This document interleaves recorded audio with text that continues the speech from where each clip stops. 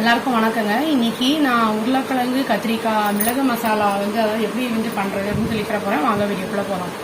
எண்ணெய் எடுத்திருக்கேன் தேவையான அளவு. அப்புறம் பிரிஞ்சி இலை பாக்கெட்டு, அப்புறம் 2 பட்டை, ஒரு கிராம்பு, அப்புறம் ஒரே ஒரு ஏலக்காய் இதெல்லாம் எடுத்திருக்கேன் தாளிக்கிறதுக்கு.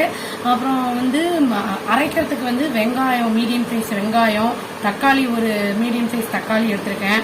இஞ்சி ஒரு துண்டு இஞ்சி, ஒரு 10 பல்லு பூண்டு, மிளகு சீரகம் 2 சேர்த்து 1 டீஸ்பூன் எடுத்திருக்கேங்க. தனியா 1 டீஸ்பூனு, கருவேப்பிலை தாளிக்கிறதுக்கு எடுத்திருக்கேன். அப்புறம் 3 சின்ன உருளைக்கிழங்கு இருந்ததுங்க, அதை வேக வச்சு நல்லா அதை தோலை உரிச்சு எடுத்து வச்சிருக்கேன். கத்திரிக்காயும் ஒரு மீடியம் சைஸ் சின்ன கத்திரிக்காய் ஒரு 4 கத்திரிக்காய் நல்லா ஃபைனா சாப் பண்ணி தண்ணிக்குள்ள போட்டு வச்சிருக்கேங்க. அப்புறம் காரப்பொடி ஒரு 1/2 டீஸ்பூன், உப்பு தேவையான அளவு. அப்புறம் தேங்காய் பால், கொஞ்சோண்டு தேங்காய் நல்லா துருவி அரைச்சு அந்த பால் எடுத்து வச்சிருக்கேங்க. நாங்க எப்படி பண்ணலான்னு பார்க்கலாம். ஃபர்ஸ்ட் அரைச்சிடலாங்க. இதோ இதுல இருக்கிற எல்லாத்தையுமே அரைச்சிடலாம். தக்காளி, வெங்காயம், இஞ்சி, பூண்டு, தனியா, மிளகு சீரகம் எல்லாத்தையும் அரைச்சிடணும். நல்லா அரைச்சிட்டங்க. இப்போ ஒரு கடாயில அடுப்பு ஆன் பண்ணி கடாயை வச்சு எண்ணெய் ஊற்றிக்கலாங்க. சூடாகட்டும். கொஞ்சம் கூடவே எண்ணெய் ஊற்றிக்கலாம்.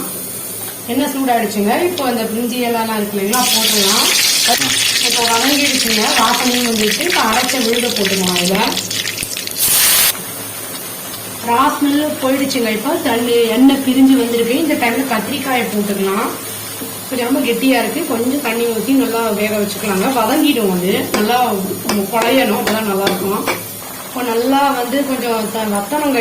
இதோட சேர்த்து உருளைக்கிழமையை போட்டு கொஞ்சம் கொதிக்க விட்டுறலாம். பொடியெல்லாம் போட்டு இப்போ காரப்பொடி, உப்பு எல்லாத்தையும் போட்டுடலாம். வேணும்னா கரம் மசாலா போட்டுக்கலாம். நான் போடல.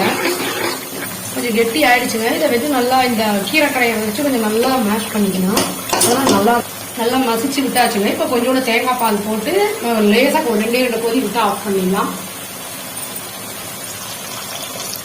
அவ்வளவுதாங்க. டேஸ்டியான உருளைக்கிழங்கு கத்திரிக்காய் மசாலா ரெடி ஆயிடுச்சு.